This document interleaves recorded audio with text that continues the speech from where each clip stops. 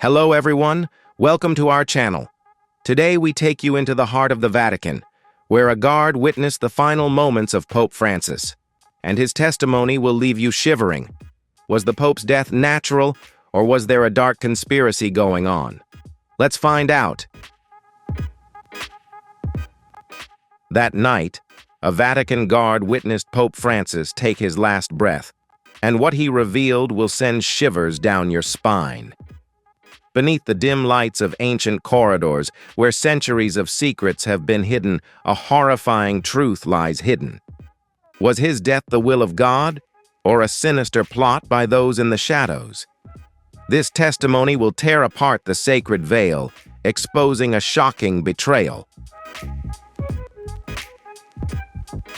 Do you believe there is a conspiracy in the Vatican? Comment 1 if yes, 0 if no. This video reveals the chilling testimony of the guard who witnessed the death of Pope Francis. The truth will shock you. Like, subscribe, and ring the bell to uncover this mystery.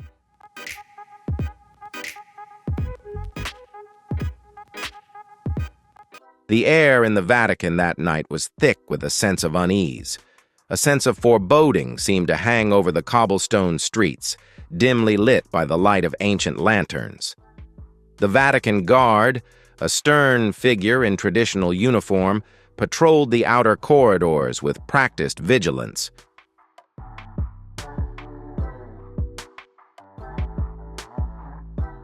To any passerby, it would have been just another quiet evening. But for this guard, it was anything but. Little did he know that his life was about to change forever. He had taken up his post, as he had done countless nights before, standing guard outside Pope Francis's private residence. The papal retreat is known for its quiet, where he often meditates, prays, or prepares his sermons. But tonight, something was different.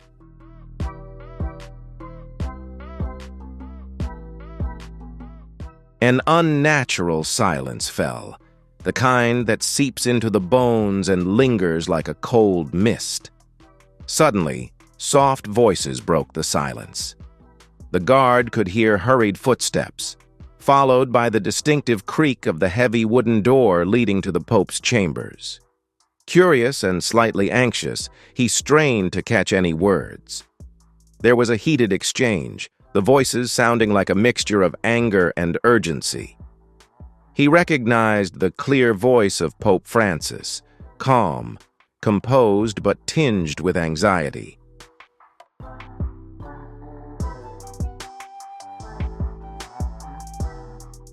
Then the silence returned, heavy and oppressive. The guard's heart pounded as instinct took over.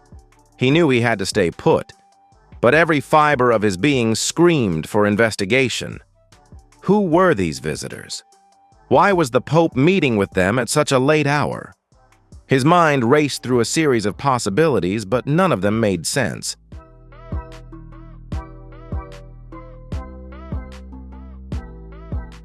Was it an urgent message, a diplomatic crisis, or something darker? After what seemed like an eternity, the door creaked open. The guard stood at attention as a figure emerged from the room. In the dim light, he could barely make out the face, but the presence was unmistakable. Cardinal Robert Francis Prevost, a man known for his influence in the Vatican and his close relationship with the Pope. The cardinal paused, glanced at the guard, and then hurried away without a word.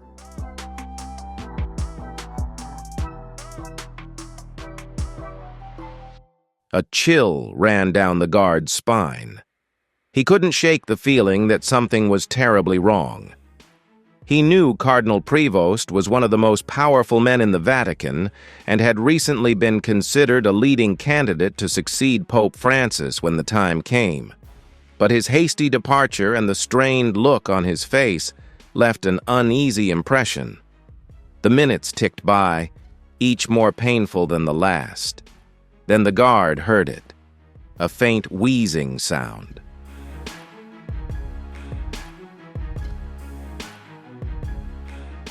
He turned toward the door, his heart rate rising. Gathering his courage, he knocked softly. There was no response. He knocked again, harder this time, but still nothing.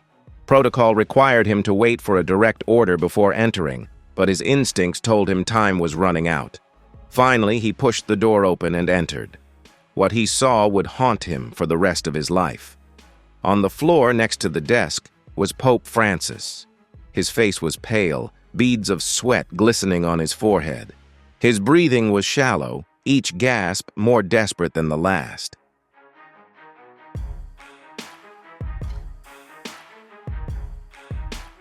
The guard rushed forward, knelt down, and placed a trembling hand on the Pope's shoulder. "Your Holiness," he whispered urgently. "Can you hear me?" The Pope's eyes opened slightly, and he managed a slight nod. His lips moved, but his words came out in faint sounds. Leaning closer, the guard could make out a few broken phrases. Betrayed. Trusted him. Must tell the world.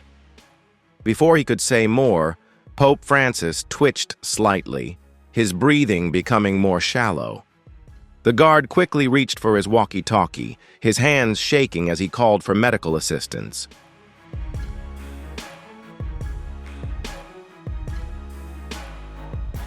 As he waited, he gently cradled the Pope's head, his heart breaking as he watched the frail man gasp for air. The Vatican medical team arrived just minutes later, pushing the guards aside as they tended to the Pope. He was ushered from the room, but not before he had a last look at the Pope's serene face, now lifeless. The guards staggered into the hallway, their minds reeling.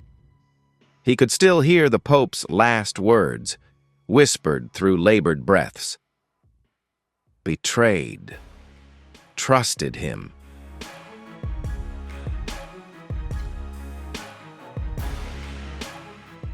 The meaning of those words gradually became clear. Who was the Pope's trusted person? And why did he feel betrayed in his final moments? His mind whirled as he remembered the figure that had left the room earlier, Cardinal Prevost. Could it be that the person who had just left the Pope was the one he trusted and might have betrayed him? The guard could not shake the feeling of dread that was rising in him. He knew that speaking out about what he had witnessed could have dire consequences.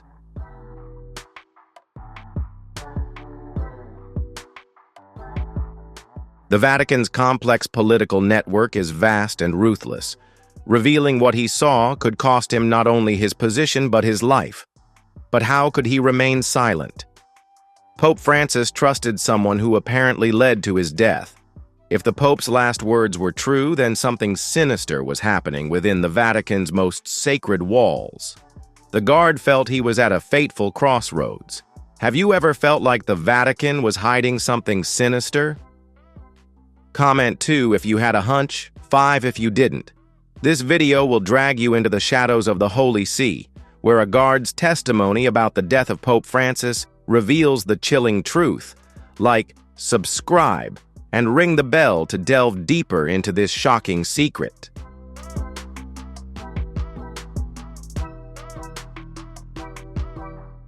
The next few days were a whirlwind of ceremony, public funerals, and the swift organization of the papal conclave. The Vatican kept quiet about the cause of death, blaming it on age and ill health. But the guard knew better. He had seen the Pope's eyes, the eyes of betrayal, fear, and the realization that he had been wronged. He could not help but notice the strange haste with which Cardinal Prevost spent the period of mourning. His speeches were solemn, his words of comfort seemingly sincere, but behind the dignified exterior, the guard recognized a man who was positioning himself, calculating his next move.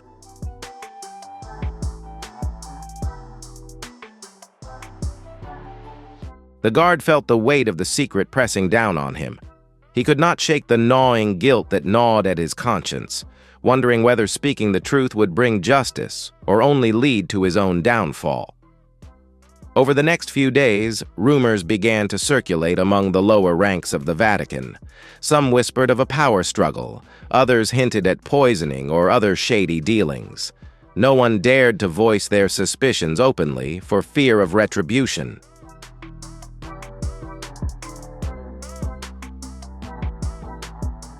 Then one evening, the guard received an anonymous envelope slipped under his door. Inside was a note that read, "Silence is your only salvation. Speak, and you will share the same fate."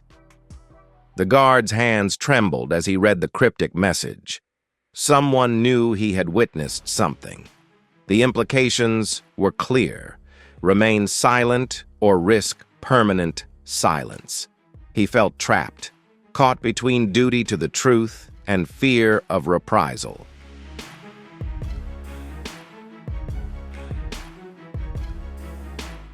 In his mind, Pope Francis's face still appeared, pleading for justice. He knew he could not remain silent forever. No matter what, the truth had to come out, even if it meant risking his life. The guard took a deep breath, determined to uncover the truth. If Pope Francis had been betrayed by someone he trusted, then the world deserved to know.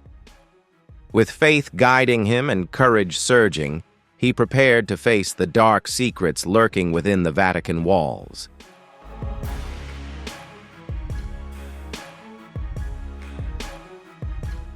The Vatican corridors were long and silent, their polished marble floors gleaming with the flickering light of candles. The guard walked these corridors every night, his footsteps echoing softly in the air, a lone sentinel amid centuries of secrecy. His name did not matter, at least not yet. What mattered were his eyes, his ears, and the truths they had witnessed in the quiet hours when much of the Vatican slept. He had been assigned to stand guard outside Pope Francis's private quarters for nearly 4 years.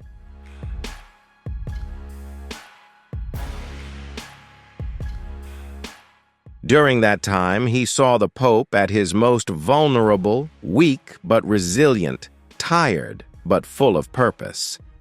There was a humility about Pope Francis that the guards admired. Despite his great power and influence, he never showed arrogance or pride. He often smiled kindly at the guards, sometimes stopping to bless them or ask about their families. For the Vatican Guard, standing guard to protect the Pope was not just a duty, but an honor. That is why the events of that night haunted him deeply.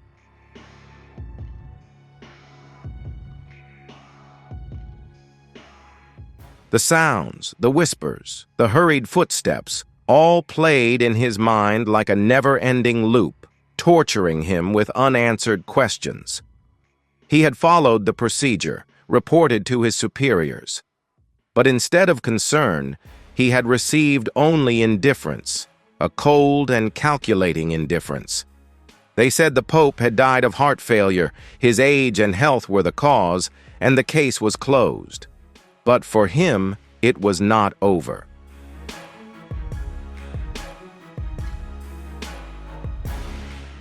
He had seen Cardinal Robert Francis Prevost leave the papal apartments just minutes before he had found the Holy Father struggling for breath. He remembered the look in Prevost's eyes as he hurried down the hall, sharp, focused, without the anguish one might expect from someone leaving a dying pope. At the time, the guard had suppressed his instincts, trusting in the order and system of the Vatican. But now, in the solitude of his night patrols, doubts crept into his mind, wrapping around his thoughts like a snake tightening its grip. A week passed before the guard was summoned. The letter arrived in his room early in the morning, slipped under his door, bearing the seal of the Vatican Secretary of State.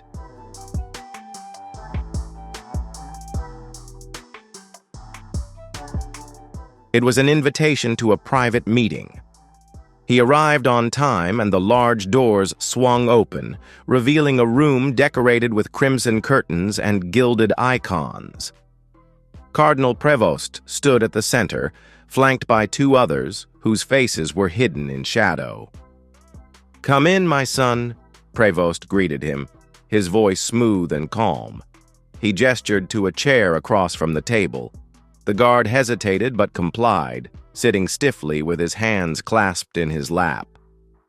"There are some concerns," Prevost said, his fingers laced together in front of him. "About the night the Holy Father died." The guard's heart beat faster, though he kept his face neutral.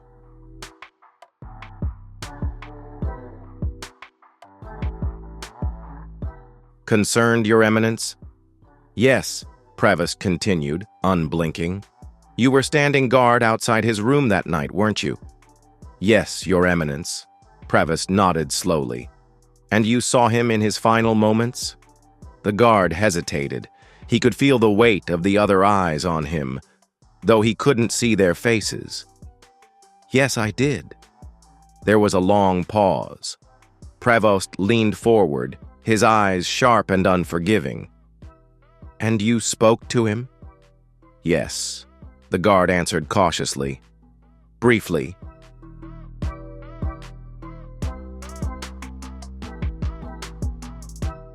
Another pause, longer this time. Prevost's gaze did not waver. "And what did he tell you?" The guard swallowed. He had imagined this 1,000 times, wondering if the truth would set him free or seal his fate. "You said you were betrayed," the guard replied softly, almost in a whisper. "You said you trusted someone and had to tell the world." A wave of silence spread through the room. Prevost's expression did not change, though his fingers tightened ever so slightly. The guard recognized the movement, a subtle, almost imperceptible tension.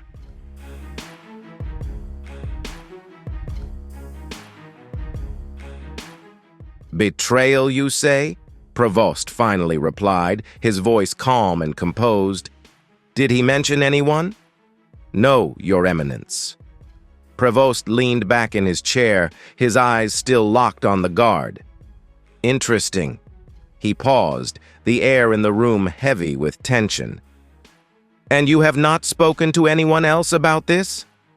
The guard shook his head. "Only to my immediate superior. He said the Holy Father died of heart failure." "And you believe that?" Prevost asked, his voice laced with something almost contempt. The guard looked down at his hands, knowing better than to answer honestly.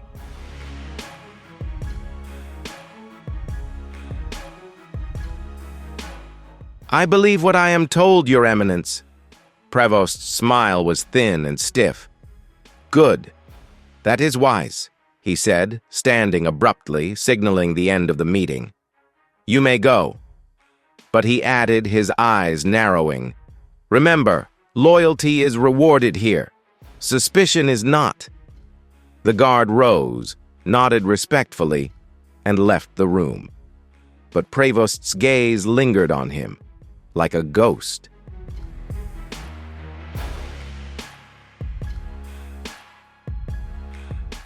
He knew then that he was being watched.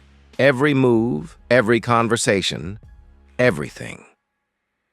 The Vatican was a city of secrets, and its walls had ears.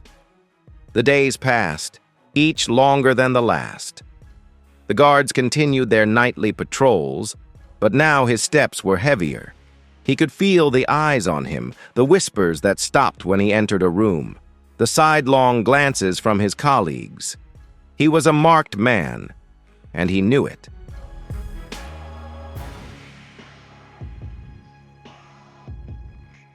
It was not until the 3rd week after Pope Francis's death that he was approached again. This time, it was not formal, just a shadowy figure who appeared silently beside him during his evening patrol. The guard was startled by the sudden appearance, his hand instinctively reaching for his gun. "Calm down," the man whispered, raising his hands in a gesture of surrender. He was wearing a black coat, his hat pulled low over his eyes. "I have not come to harm you." "Who are you?" the guard asked, his voice even but deep. "A friend," the stranger replied. "I know what you saw." The guard stiffened, his eyes darting around to make sure no one else was there. "I have no idea what you are talking about." The stranger chuckled. "Of course not."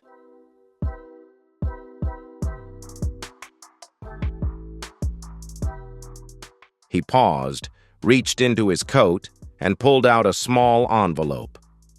"I thought you might like to read this." The guard hesitated, instinct telling him to turn away and report the encounter, but curiosity was stronger. He took the envelope, its surface smooth and unmarked. "Open it when you're alone," the stranger said, retreating into the shadows. "And be careful. They're watching." The guard blinked, and the man was gone, swallowed up by the maze of corridors on the outskirts of the Vatican. He stood there for a moment, envelope in hand, before tucking it into his coat and continuing his patrol. His heart was pounding, adrenaline coursing through his veins like wildfire.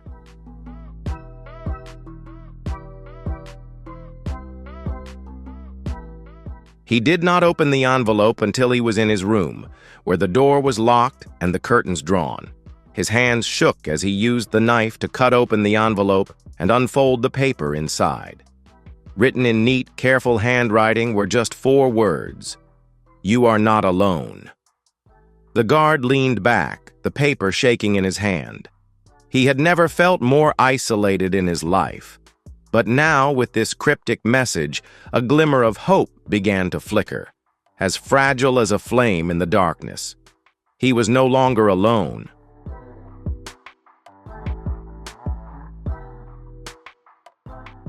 And if his suspicions about Pope Francis's death were true, he was willing to risk everything to expose them. The conclave to elect a new pope moved swiftly, perhaps too swiftly. The cardinals gathered in the Sistine Chapel, their crimson robes flowing like rivers of blood amid the splendor of Michelangelo's masterpieces. The atmosphere was tense, weighed down by the weight of tradition and expectation. Whispers of political intrigue and power struggles drifted through the marble corridors, but the public narrative was one of unity and divine guidance. Cardinal Robert Francis Prevost, known for his calculating charisma and iron will, was among the candidates.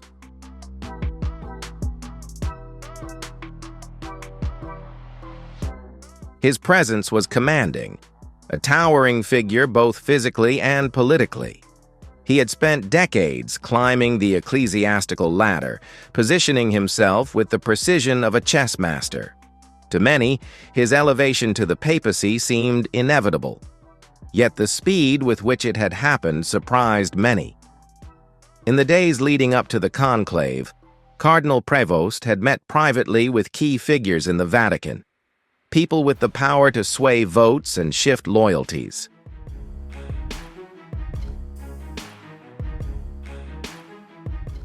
These meetings were discreet, taking place in the hidden corners of the apostolic palace or behind the gilded doors of private chapels. There was an urgency to these gatherings, a sense of finality that hinted at something beyond political strategy. When the last cardinals cast their votes, the black smoke that had marked their indecision had barely cleared before it turned to white, signaling the successful election of a pope. The bells of St. Peter's Basilica rang out solemnly as thousands of faithful gathered in St. Peter's Square. They looked up at the balcony where the announcement would be made. "Habemus Papam," the cardinal deacon announced, his voice echoing over the crowd. "We have a pope."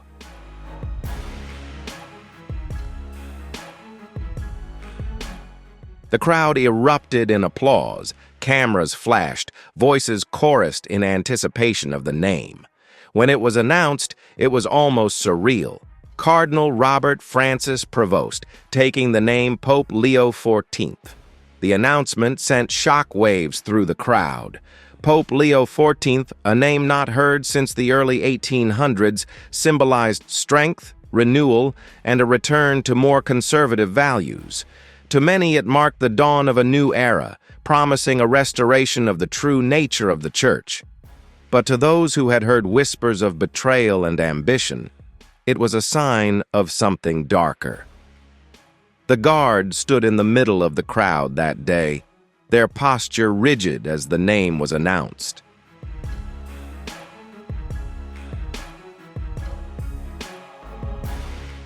Pope Leo XIV stepped onto the balcony, hands raised in blessing, his face a look of serene humility.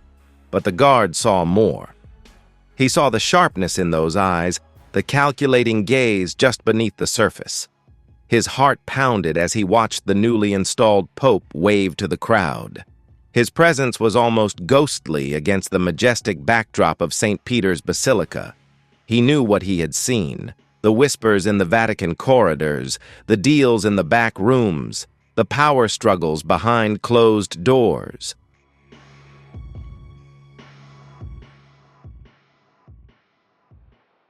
Now, with Pope Leo XIV before the world, things became real, clear, and dangerous. The weeks that followed were a whirlwind of change. Pope Leo XIV wasted no time in asserting his power. He reorganized key positions in the Vatican, replacing longtime members of the Curia with loyalists. Reforms were announced almost immediately, many of which reversed Pope Francis's progressive measures. Among the first to be dismantled were charitable initiatives focused on poverty and inclusion.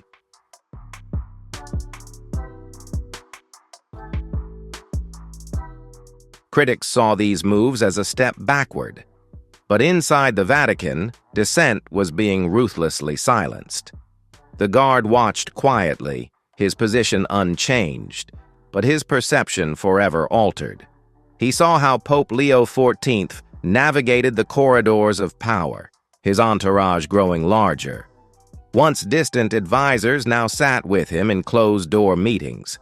Documents were signed, decrees issued, all with a speed that suggested it had been planned long before the conclave.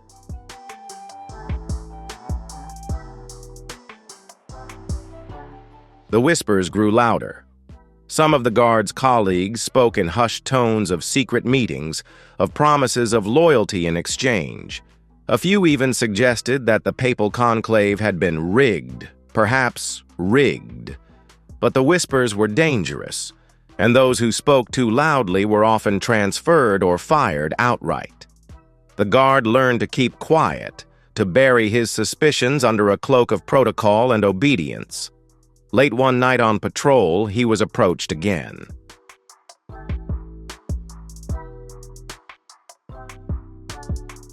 The same hooded figure emerged from the shadows, his steps light and careful. This time, the guard did not flinch. He had been expecting this one. "You have seen the changes," the figure whispered, his voice barely audible. "Do you know what they mean?"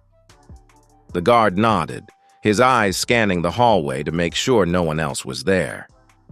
"It all happened so quickly," he replied, his voice low, "as if it were planned."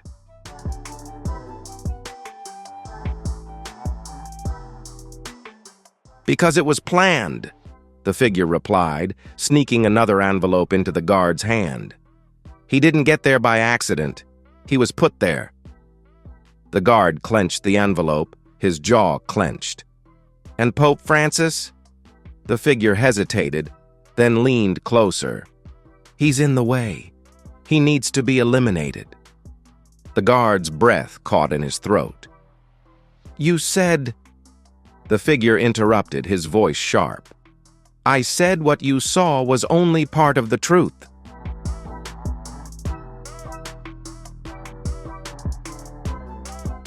"They've been planning this for years. Cardinal Provost is the mastermind, but he's not acting alone.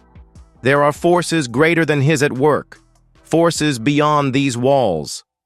The guard's hand trembled. "Why tell me? Why now?"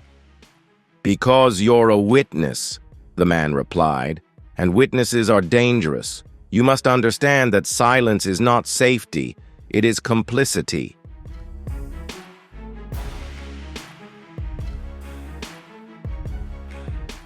The word struck the guard like a confession. He looked down at the envelope, its surface smooth and featureless. "What's in here?" "Names," the figure whispered. "People involved, people who can testify." Before the guard could reply, the man was gone, melting into the darkness like a ghost. The guard stood alone in the hallway, the envelope heavy in his hand. He knew that keeping it put him in great danger, but his desire to know the truth was stronger than his fear. Later that night, in the safety of his room, the guard opened the envelope. His hands shook as he unfolded the list of names, influential people, some within the Vatican, others connected to global organizations, cardinals, bishops, politicians, all involved in the meteoric rise of Pope Leo XIV. The implications were horrifying. If what he saw was true, then Pope Francis's death was no natural one.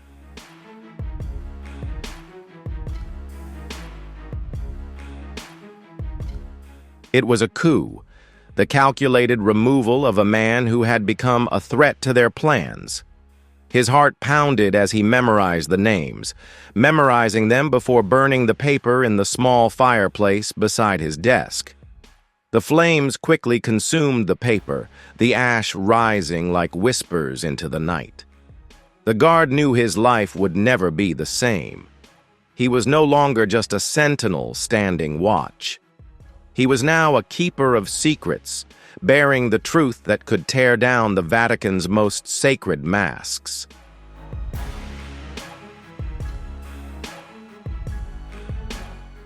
And if the whispers are true, if Pope Leo XIV really did orchestrate this elevation with blood on his hands, the guards will stop at nothing to bring the truth to light.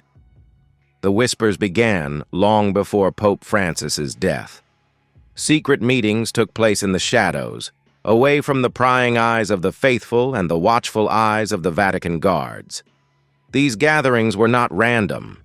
They were orchestrated, carefully orchestrated, and hidden from anyone who might interfere. At the center of these secret meetings was Cardinal Robert Francis Prevost, who would later become Pope Leo XIV.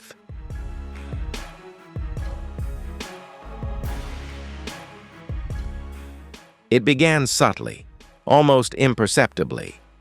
Some members of the Curia, known for their political savvy and extensive connections, began attending prayer circles that were never officially scheduled.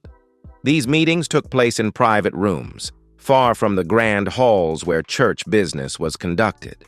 Members arrived individually, wearing simple robes rather than ceremonial garb, sneaking in through side passages or secret tunnels known only to senior clerics. Guards overheard whispers of these meetings on their nightly patrols.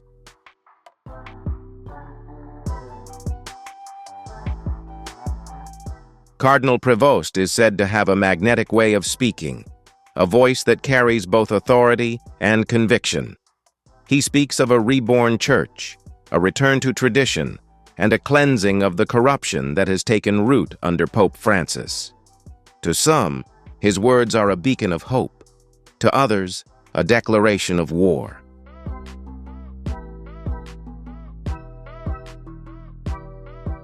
The guard's suspicions were aroused when he saw Cardinal Prevost leaving one of these secret gatherings late at night. He was sneaking down a side hallway, flanked by two unidentified figures in black. Their faces were hidden by hoods, and they spoke in hushed tones as they hurried down the dimly lit hallway. The guard watched from the shadows, his heart pounding as he tried to overhear their conversation. But their voices were too soft, their words drowned out by the distant ringing of church bells. His curiosity took hold, and over the next few weeks he kept a close eye on the activities of the high priests.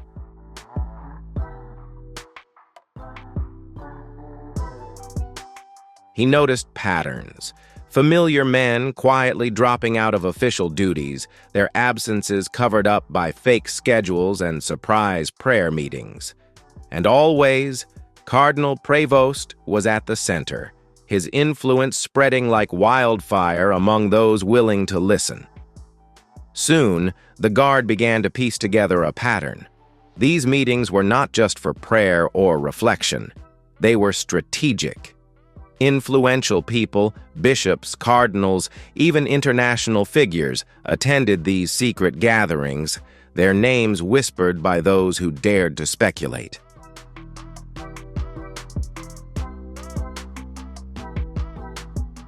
There is talk of loyalty, of tradition, of the new wave of purification that Pope Francis has ushered in.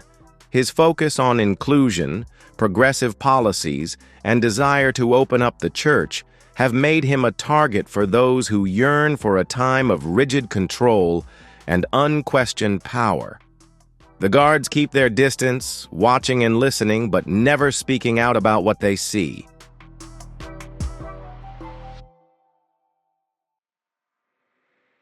He knew that if the wrong people discovered his suspicions, he would be silenced. In the Vatican, secrets are money, and those who possess them are often at the mercy of those in power. One night, while on patrol, the guard was posted near the Apostolic Palace. He heard rumors that an important meeting was taking place that night, a gathering of the conservatives, as they were whispered to call them. These were the people who had been in power long before Pope Francis was elected. They resented his influence and sought to restore the church to what they believed to be its true traditions.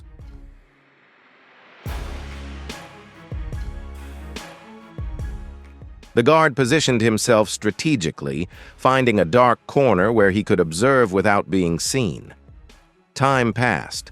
The silence of the Vatican draped like a shroud over the ancient stone walls. Then there was movement, figures emerging from the darkness, slipping into the palace's side entrances one by one. He counted 10, 12, 15 men, each dressed in black robes, their faces hidden in shadow. The last was Cardinal Prevost, walking confidently and unhurriedly.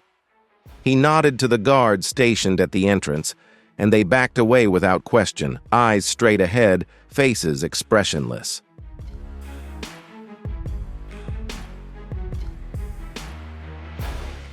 The door slammed shut behind him, sealing the discussions within with stone and secrecy. The guard waited, breathing shallow, heart pounding in his chest. He knew he should leave, return to his post, but his feet felt rooted, curiosity overwhelming his sense of duty. He looked around, made sure the hallway was clear, and headed for the entrance. He knew there was a vent, a duct that led air from the outer corridor into the conference room.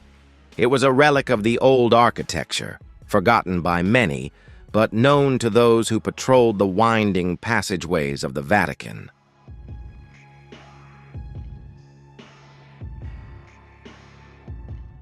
He found it easily, a small iron grating set into the stone wall.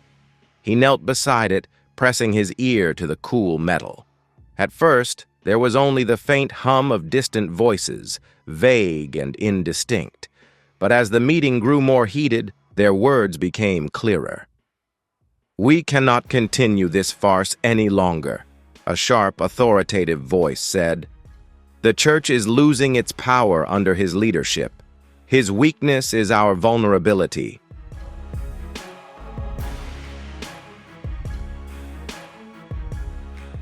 "So what do you propose?" another voice replied, old and hoarse. "We can't just get rid of him. His influence extends far beyond these walls." "We don't need to get rid of him," said a third voice, smooth and careful, and clearly Cardinal Prevost's. "Just make sure he resigns or is persuaded to do so." A wave of agreement rippled through the room. The guards' blood ran cold as they listened, their breaths catching painfully in their chests.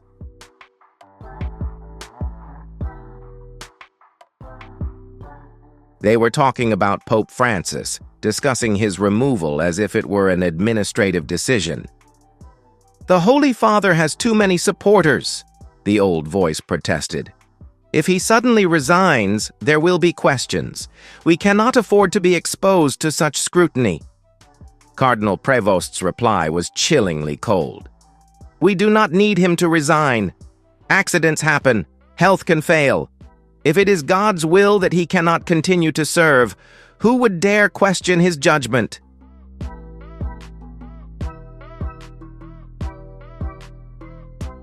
The room fell silent, the weight of his words settling like dust on stone.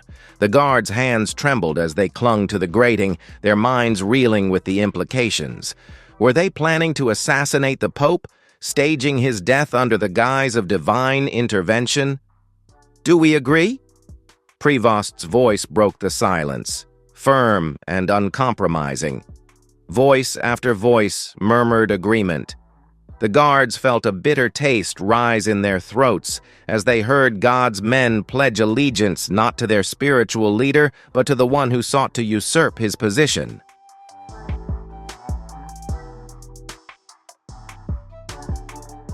He stepped away from the net, his heart pounding as he hurried back to his post. His mind was reeling with possibilities, with the horrors he had just discovered. But what could he do? Who would believe him? His testimony was the word of a lowly guard against the most powerful men in the Vatican. He was trapped, cursed with knowledge that could end his life if spoken.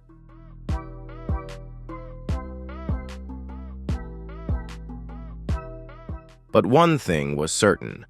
Pope Francis was in danger, and Cardinal Prevost would not rest until he had taken the throne.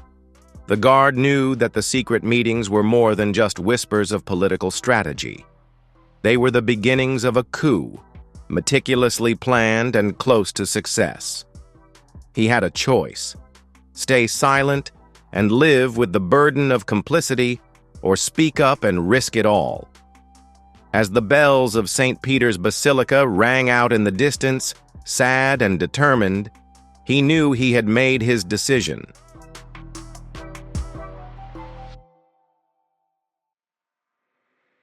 Pope Francis's final days have been marked by an eerie silence that has permeated the marble corridors of the Vatican.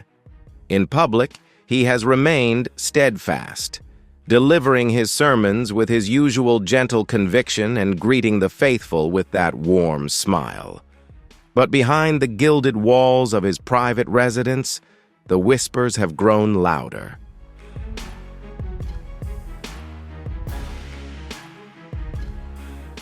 Whispers of fatigue, sudden illnesses, and isolation have worried many.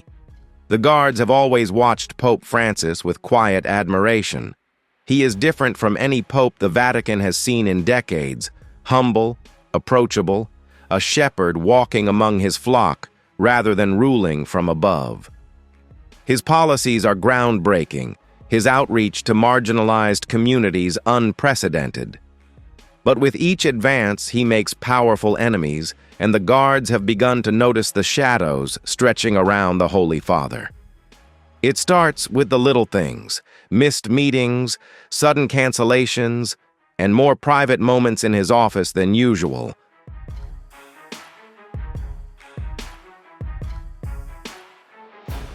His public appearances were becoming less frequent, and when he stepped out into the light of St. Peter's Square, there was a vulnerability that had not been there before. Some attributed it to age, the natural decline of a man who had given so much to the faith. But those who knew the undercurrents noticed something more unusual. Guards watched from their posts as the comings and goings of the papal apartments became more secretive. Vatican doctors came more frequently, accompanied by men in dark suits whose faces he did not recognize. The visits were always in the middle of the night, their conversations hushed and brief. Once, a guard caught a glimpse of a visitor slipping a small vial into his pocket as he left, glancing nervously as he passed.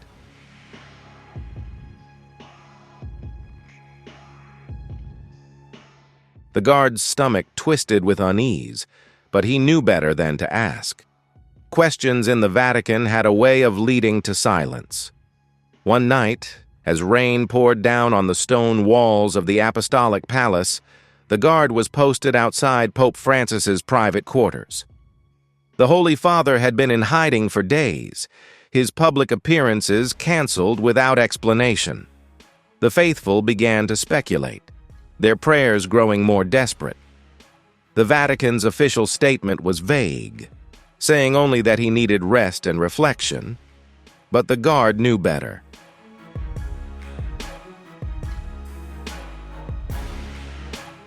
He saw the tension in the Pope's eyes, the weight of invisible burdens pressing down on him. Near midnight, the silence was broken by a flurry of movement.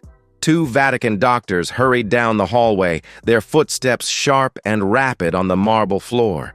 The guards stood tall, their eyes following them as they approached the door to Pope Francis's room. They nodded briefly at him before entering, the door slamming shut with a finality that sent a chill down his spine.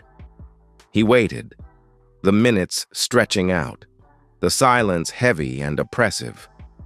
He strained to listen, but the thick wooden door muffled all sound.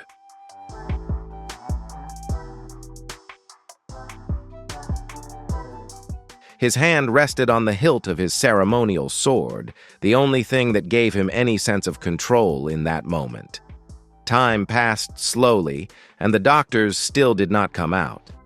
Finally, after what seemed like an eternity, the door opened, and 2 doctors emerged with grave expressions. One of them, an older man with gray hair and tired eyes, stopped before the guard, his voice low and calm. "His Holiness is not well," he said, his gaze steady but unreadable. "He needs absolute rest. Make sure no one disturbs him."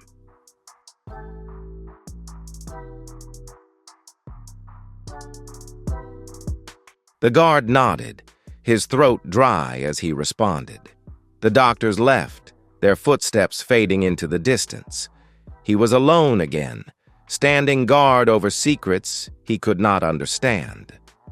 Hours passed, the rain outside turning into a storm, pounding against the stone walls with an almost ghostly ferocity. The guard remained in place, his body tense.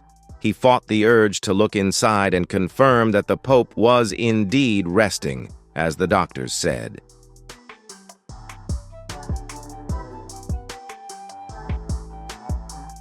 But his training held him back, bound him to protocol and obedience.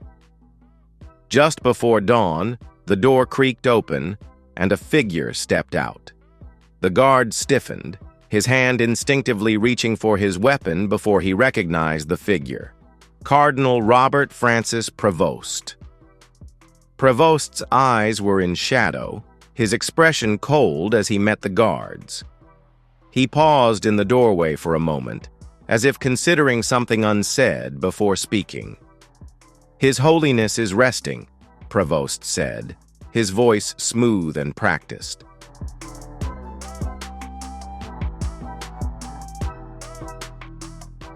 "See that he is not disturbed. His health is fragile." The guard nodded, but the cardinal did not move. He stood still, his eyes scanning the corridor with the precision of an old hand. It was then that the guard noticed a faint red mark on Prevost's sleeve, small but distinct. Before he could comprehend its meaning, Prevost turned on his heel and disappeared down the corridor, his footsteps silent on the stone.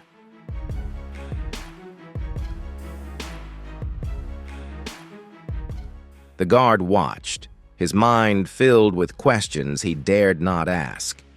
For the next few days, Pope Francis remained confined to his room. The guard saw fewer and fewer visitors, his position growing more lonely by the hour. When the Pope appeared, it was only for brief moments, his steps unsteady, his face pale and haggard. It was as if the life had been drained away, leaving only a shell of the man he once was. The guard's unease grew with each passing day.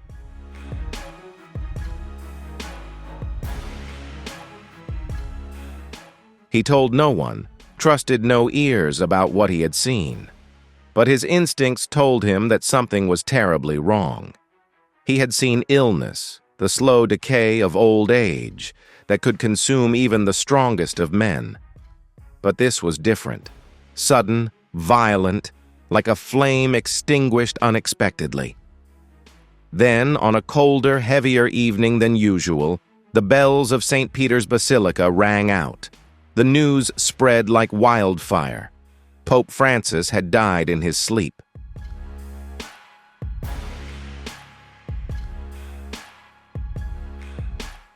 The Vatican issued a statement calling it a peaceful passing, citing a long battle with health problems. The guard stood amid the mourning crowd, his face a neutral mask. But his heart seethed with disbelief as he recalled the final days, the secret meetings, the doctors rushing about, the red mark on Cardinal Prevost's sleeve. He had seen too much, known too much to believe the official story. But what could he do? He was just a guard, sworn to silence and loyalty.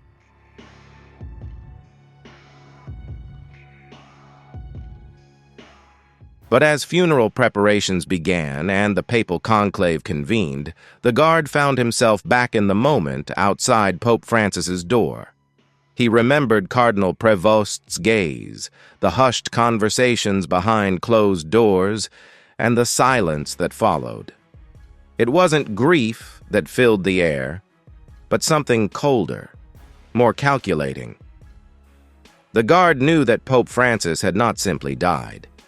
He had been silenced, and as the Vatican prepared to elect a new leader, he understood that the man who was about to ascend the throne was not divinely appointed, but by design.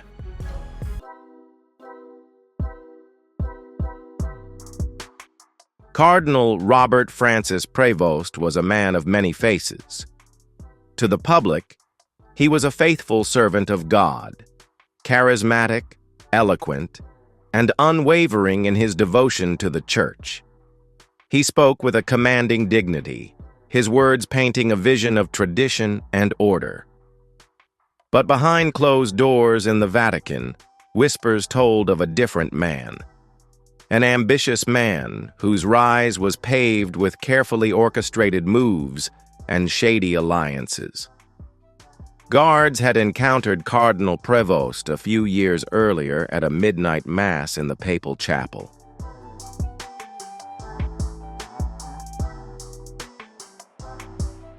Prevost was not yet the powerful figure he would become, but his influence was clear. He moved through crowds with a calm authority, a magnetic presence.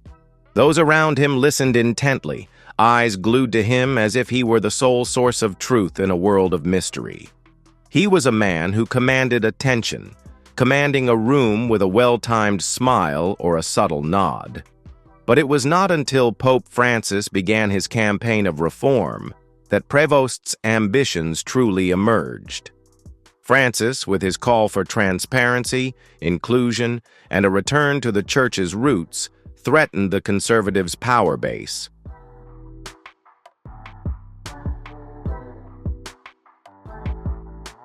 His initiatives to expose financial corruption in the Vatican Bank, seek justice for abuse victims, and reach out to long-neglected communities have won the admiration of millions, but also made enemies. Cardinal Prevost has led this opposition. Publicly, he has supported the Pope's message, praising his efforts to modernize and expand the Church's reach. But behind the scenes, he has organized resistance, rallying conservative members of the Curia who see Francis's policies as an existential threat.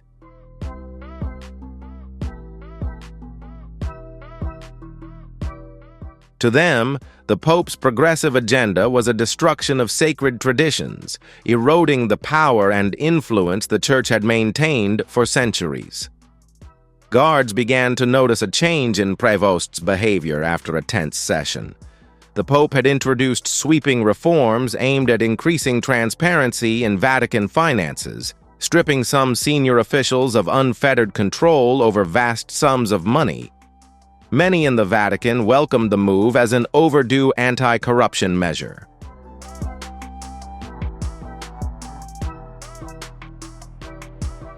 But Prevost's reaction was different. The guard remembered watching from the shadows as Prevost left the hall that night, jaw clenched, walking with unusual haste. Aides surrounded him, whispering softly. He heard snippets of conversation. Disaster, unforgivable, and we can't let this happen. For the first time, the guard saw cracks in Prevost's impeccable veneer. Anger simmered just below the surface, barely concealed by his usual mask of calm.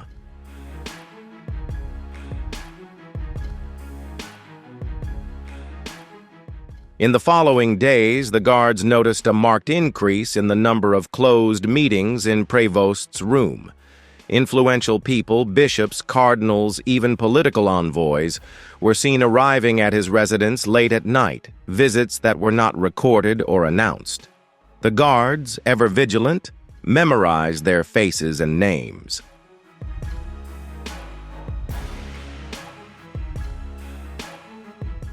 They were loyal not to the Pope, but to Prevost, who had much to gain from maintaining the old ways of secrecy and control. The whispers grew louder. Prevost was said to have built alliances not just within the Vatican, but far beyond its walls. His influence extended to financial institutions across Europe, to politicians who had long benefited from the Church's protective cloak. These alliances were built not on faith, but on need, a complex web of influence that ensured the Vatican's conservatives remained untouched, even as Pope Francis sought to dismantle their power. Then came the first signs that things were moving beyond whispers.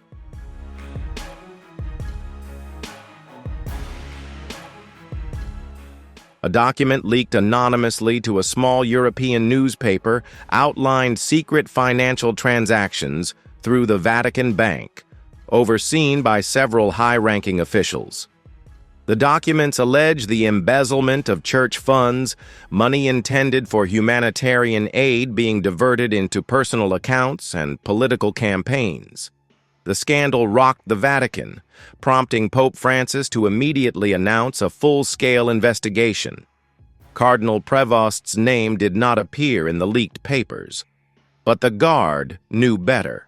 He had seen the faces of those who visited Prevost late at night, some of them matching the names in the documents.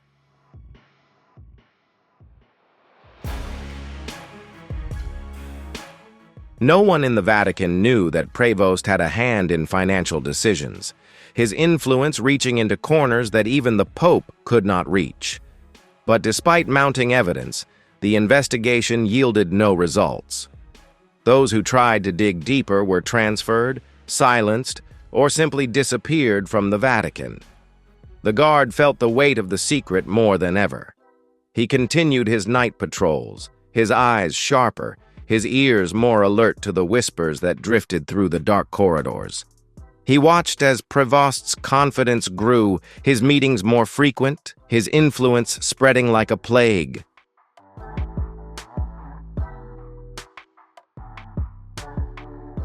It was clear that Prevost was seeking more than power. He was orchestrating a takeover. On one of those restless nights, as the guard walked outside the papal quarters, he witnessed something that would be seared into his memory. The night was quiet, the hallways empty, except for the occasional flicker of a candle. The guard was on patrol when he heard low, urgent voices coming from a side room usually used for private audiences. He stopped, his hand instinctively going to the hilt of his ceremonial sword.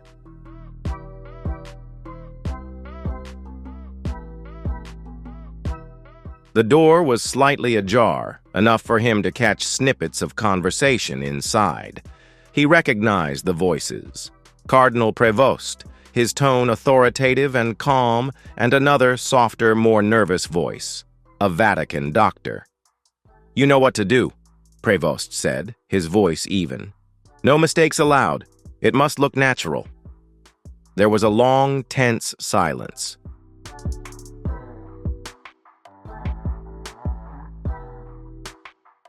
"It is too risky," the doctor replied. "If anyone suspects—" "No one will," Prevost interrupted, his voice sharp. "His health has been failing for months. This will be considered unavoidable. "You will follow orders, or there will be consequences." The guard felt his breath catch, his body frozen. He did not dare move, hardly dared to breathe.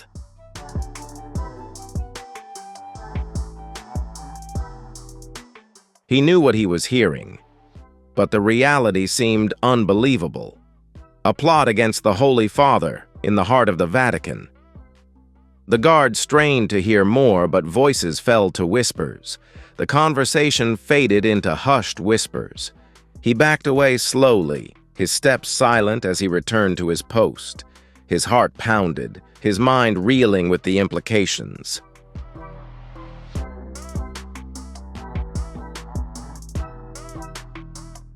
He had seen enough, heard enough to know that what was happening was far more than political intrigue.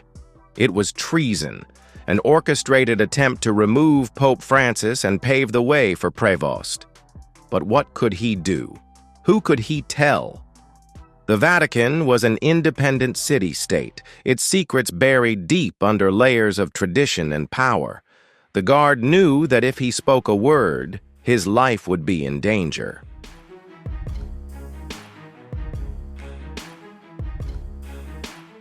But silence was complicity, a betrayal of the very beliefs he had sworn to defend. That night, as the Vatican bells tolled midnight, the guard made a decision. He would watch. He would listen. And when the time came, he would act. For Pope Francis, for truth, and for a church built on the promise of salvation, not corruption. The bells of St. Peter's Basilica rang out mournfully, their heavy sound echoing throughout the Vatican.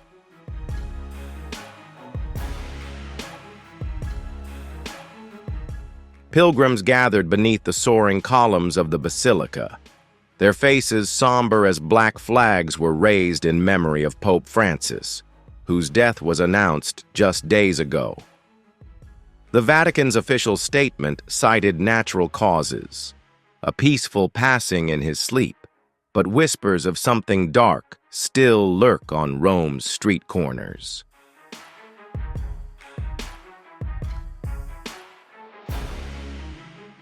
The guard stood among the crowd at the memorial, his uniform neat and stiff, his face calm, while prayers were whispered and rosaries were clasped in the hands of the grieving. But his mind was not at peace. He replayed the events of those final nights in his head, dissecting every detail. The hurried footsteps, the meetings in the dark, the whispers of betrayal.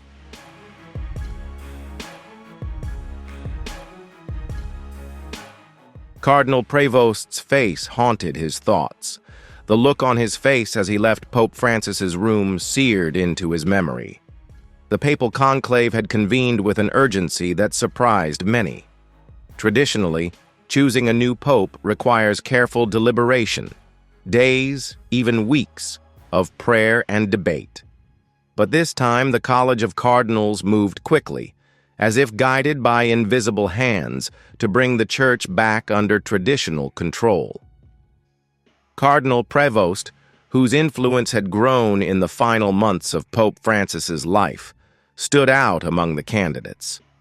His name was whispered with confidence, his supporters openly declaring their alliances.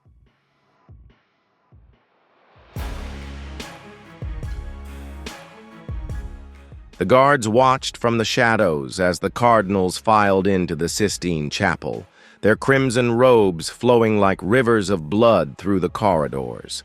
His post had been moved outside, but he caught a glimpse of their procession through the windows of the Apostolic Palace. Cardinal Prevost walked among them, head bowed in humility, hands clasping his silver rosary.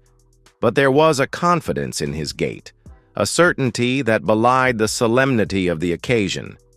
It was as if he knew the outcome, as if white smoke had appeared in his mind. Inside the chapel, the doors were sealed. The ancient ritual of isolation began, no contact with the outside world, no influence beyond the sacred walls.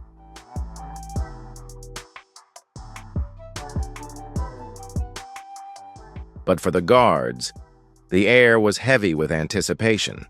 He had seen too much, known too many whispers to believe that this election was not influenced by hidden hands. The first round of voting produced black smoke, as predicted. The media covered it with the usual pomp, headlines flashing across screens around the world, "No new pope, conclave continues." But inside the Vatican, the guards sensed something different.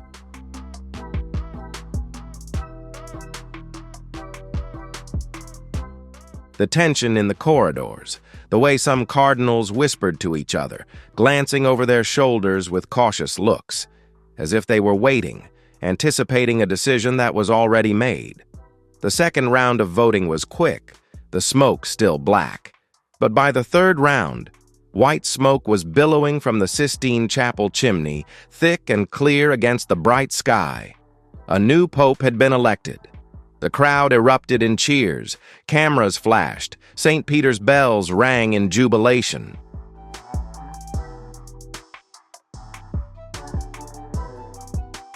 The guard stood still, his heart pounding in his chest.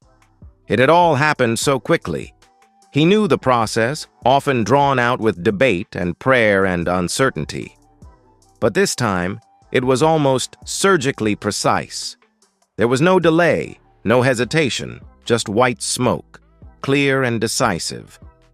"Habemus Papam," the cardinal deacon announced from the balcony, his voice echoing over the crowd gathered in the square.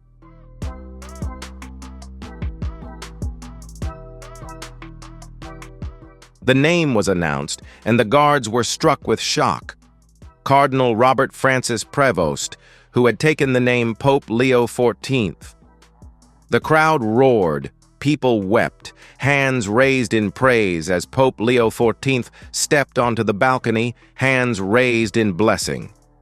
He wore his white robes with such ease that they seemed to have been made long ago. His smile was gentle, his eyes scanning the sea of faithful with humility. But the guards saw something else. Deep in those eyes was satisfaction, a sense of triumph carefully hidden behind a mask of piety. The Vatican was buzzing with activity, preparing for the coronation to begin immediately.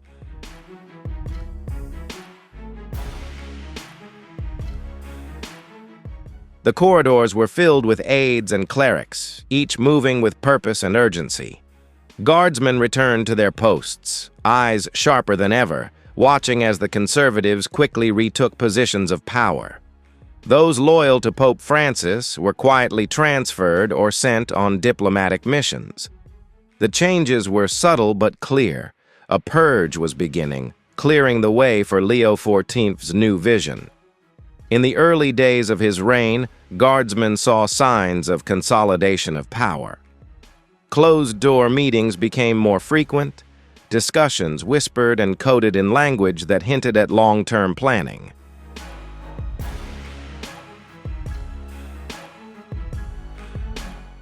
Financial records were locked away, access restricted to the highest-ranking Vatican officials. Charitable programs initiated by Pope Francis were quietly dismantled, funds redirected to traditional church activities. Those who questioned the changes were silenced, their influence diminished or eliminated altogether. One evening, as the guard stood guard outside the papal residence, he saw Pope Leo XIV emerge from a private meeting with several senior bishops. Their faces were stern, their eyes determined. Pope Leo XIV spoke to them in a low voice, his hand on the arm of an elderly cardinal in a gesture that was both commanding and reassuring.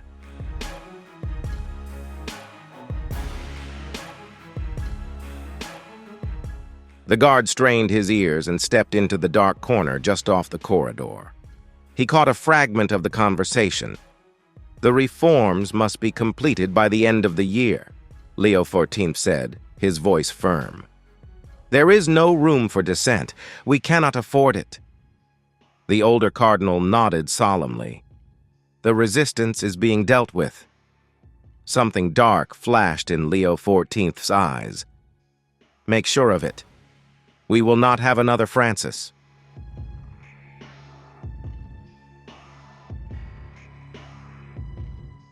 The guard felt his breath catch, his hands clenched into fists.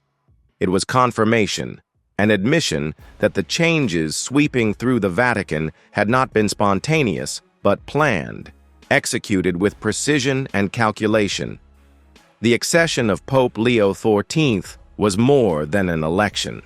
It was a coup, designed and executed with a level of coordination that challenged the very principles the Church claimed to defend. In the days that followed, the guard continued to watch and listen, his eyes sharpening, his mind sensitive to the subtleties of Vatican politics. He saw Pope Leo XIV's influence grow, his power consolidated by those who had pledged their allegiance long before the conclave.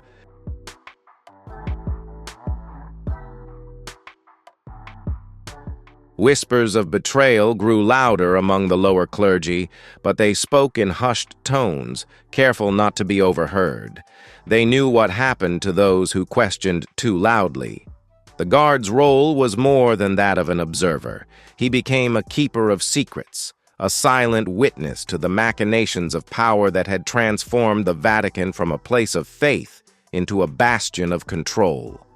As he stood guard during the new pope's nightly parades, he knew deep down that his life was now woven into the fabric of this great deception.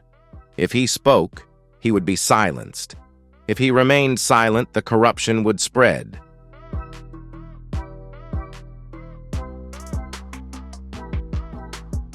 He was a sentinel caught between two worlds, the sacred and the profane.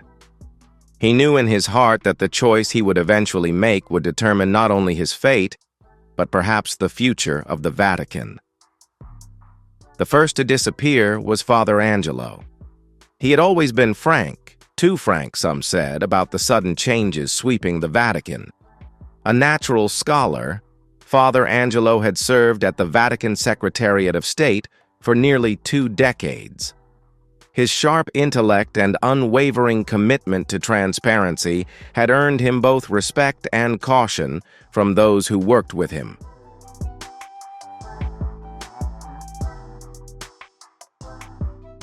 The guard recalled their brief exchanges. Late at night, after Father Angelo had finished his long hours, the priest would stop by the guard's post, offering a tired smile and a few words of encouragement. He was a kind soul, unwavering in his belief that the Church could and should be a beacon of truth and justice.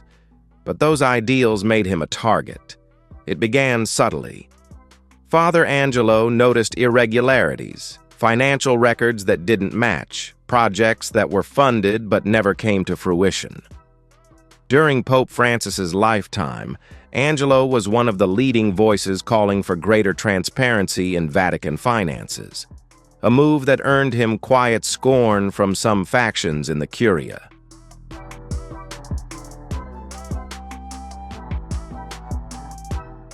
But under Pope Leo XIV, resistance was no longer subtle.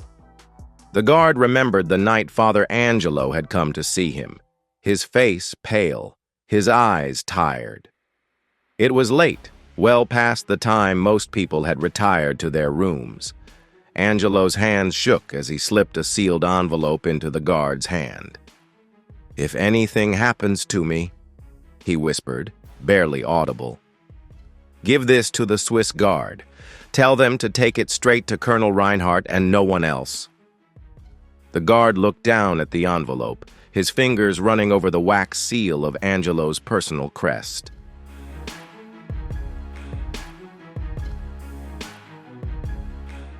"What's inside?" he asked, his voice low and steady.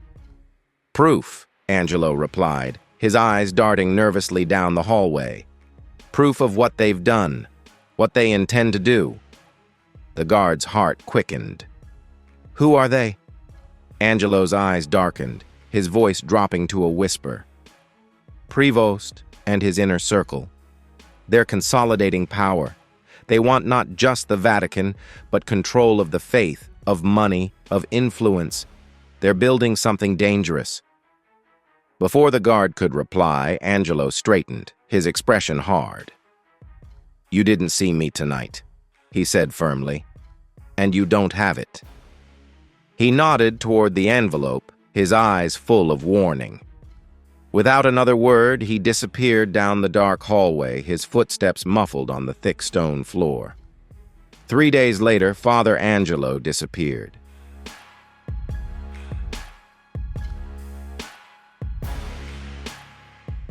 The official report said he was being sent to a remote monastery in the Italian Alps, a retreat to renew his faith. But the guard knew better. He had seen Angelo's room hastily cleared after the news broke, as if every trace of his existence had been erased. His papers, his belongings, even his personal effects were gone, as if the man had never existed. The guard kept the envelope hidden under a loose stone in his room, not daring to read it, because Angelo's instructions were clear, but its presence haunted him, a reminder that truth was a dangerous commodity in the Vatican.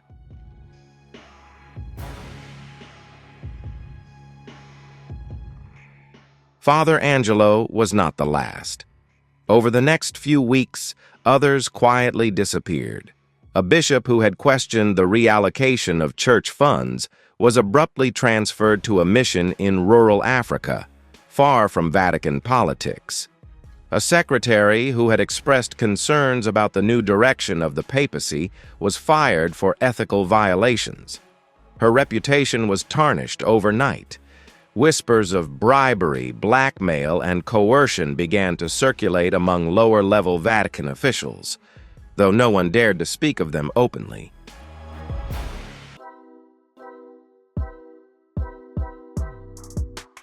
The guards watched as the conservatives tightened their grip on power, their influence spreading like shadows through the hallowed corridors. Pope Leo XIV continued his reforms, dismantling many of the charitable projects that Pope Francis had supported, redirecting funds to more traditional initiatives. Critics were silenced, their voices silenced by threats or elaborate removals. One night, while standing guard outside the Pope's living quarters, a guard overheard a conversation between two members of the Curia.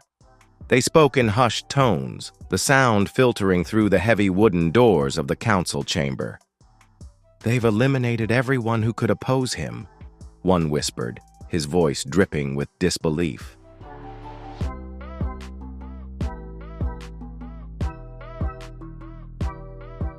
Father Angelo, Bishop Castelli, even Cardinal Medici, all gone. The other spoke more quietly, almost in a whisper. "They didn't just eliminate them, they erased them. Medici's records were gone, wiped from the archives, as if he had never existed." There was a long, heavy silence. "And the guard? The one who was with Francis the night he died?" The first hesitated. "He's still here for now, but I wouldn't bet against him." Their footsteps faded, their voices fading into the echoes of the stone corridor. The guard stood motionless, his heart pounding in his chest. He understood that Pope Leo XIV was not just reshaping the church now. He was purging it, and those who stood in his way were being silenced with impeccable precision.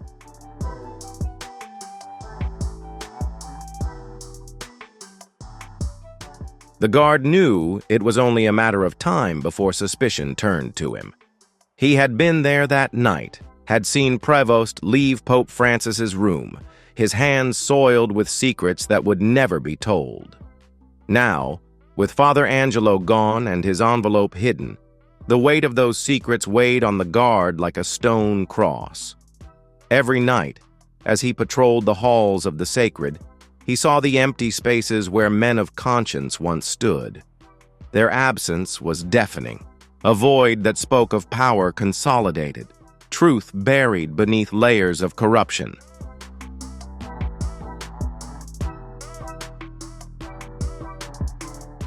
He understood that the Vatican was no longer just a place of faith. It had become a fortress of control, its walls fortified with fear and silence. But even as the purges continued, The guard still held onto Angelo's envelope. It was his only link to the truth, a fragile bond with someone who had dared to speak out against the growing darkness. He knew that keeping it was dangerous, perhaps even suicidal.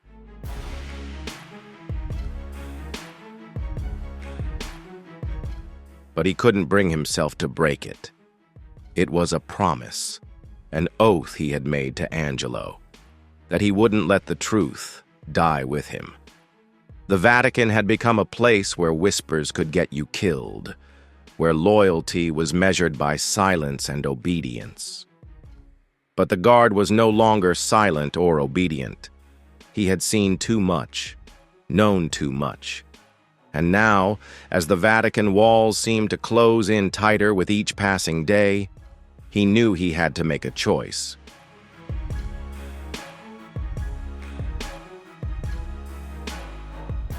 To remain silent is to be complicit. To speak up is to risk everything.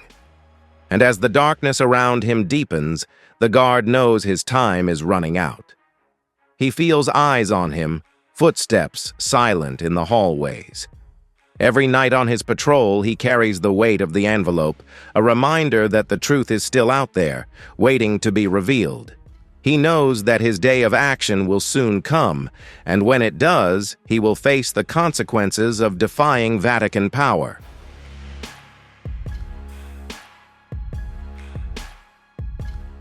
The chilling testimony of a Vatican guard has exposed the horrifying truth about the death of Pope Francis.